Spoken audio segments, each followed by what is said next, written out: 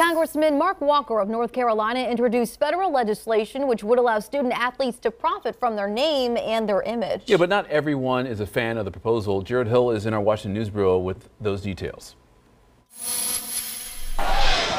Just during March Madness, the NCAA brings in nearly $1 billion. From that, colleges with top teams can get millions. A little change for everybody. Except one group.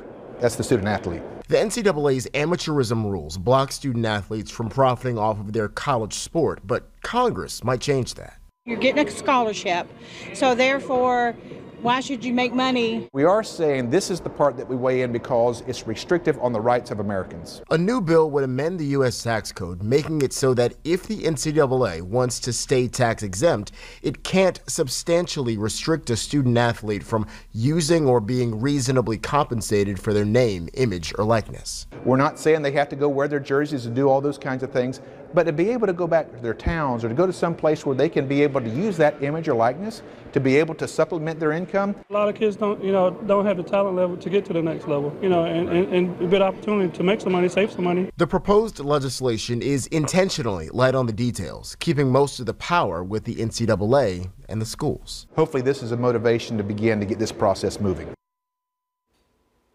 Now, this isn't the first time the NCAA and student athlete compensation has been in the news lately. Of course, last week, a judge ruled that the NCAA can't put a cap on how much education-related compensation a student athlete can receive. The concern is, though, whether the schools would abuse that. So the judge recommended the NCAA clarify those parameters. And joining us now on the couch are lawyers James Guletta and Jr. and Walter Metzinger from the Stone Pigman law firm. Thank you for joining us, and thank you for being here to kind of break this down. What exactly does this ruling mean for students out there? Sure. So under the current rules, there's a cap. Basically, the NCAA can set a cap on the amount of scholarship aid that each player can receive, each student athlete can receive. And that's set at cost of attendance. Now, what this ruling says is that the NCAA cannot do that. Amateurism is not a justification for setting a cap on education-related expenses. So theoretically, under this new ruling, and the judge suggested certain types of education-related expenses, each school or conference can basically pay players in education-related compensation an unlimited amount. However, the judge was careful to also say that students still can't earn payment that's unrelated to education. So a true pay for play, where a player or a student athlete, like a Zion Williamson, would be earning money based on the value he's helping generate, this ruling does not allow that. But it does allow for a situation, and we'll see how it develops, obviously, where the amount of education-related aid could increase significantly. So, I mean, just kind of break that down. What is education-related compensation? So, what would that mean? And that's going to be the big question. Yeah. But basically, what Judge Wilkins suggested is things like computers, education, post-eligibility scholarships, things that directly tie to a student-athlete being able to perform better in the school. But I think that's a worry of both the player advocates and the NCAA, is that there is some uncertainty as to where that line is going to be drawn and whether schools are going to abuse this education-related definition to sneak in payments. And that's just something that we're going to have to see develop. Yeah, a very fine line there. And of Correct. course, talking about crossing these lines, we're talking about this because there's a lot of stuff in the news right now. Will Wade, LSU's coach, suspended right now. Let's talk about what this ruling would mean to that particular case. I'll be glad to try to answer that. In the Will Wade situation, the ruling would not help Will Wade's situation if the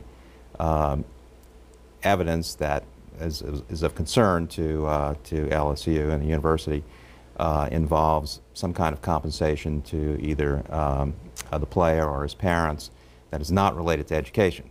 So this ruling would not allow for payments that are not education related.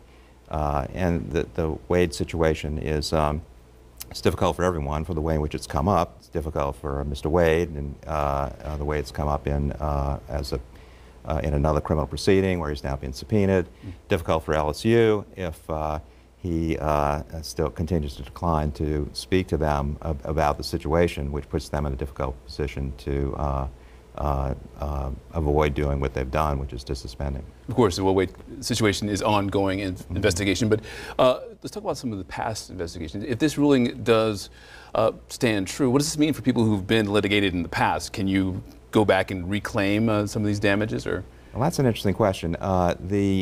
This particular ruling came up in the context of what's referred to as an injunction, which means that it does not, in and of itself, allow or extend to past compensation or compensation for athletes who have already completed their eligibility. Now, there was, prior to this ruling, a monetary settlement that the NCAA entered into with a player class to distribute funds to compensate players for a period of going back about 4 years who had finished their eligibility and who did not get the benefit of something called the full cost of attendance. Right. Because prior to a couple of years ago, colleges were restricted in offering anything more than just the scholarship itself. As a result of the settlement, they were permitted and allowed to compensate players for something called the full cost of attendance, which involved additional incidental expenses, travel expenses perhaps. Right. And sorry to cut you off, but we are out of time. This is one of those subjects you can talk about Yes. and we will Definitely probably continue to talk about this in the future, and we'll definitely have you two back. But thank you for joining us this afternoon. Thank you, Charles.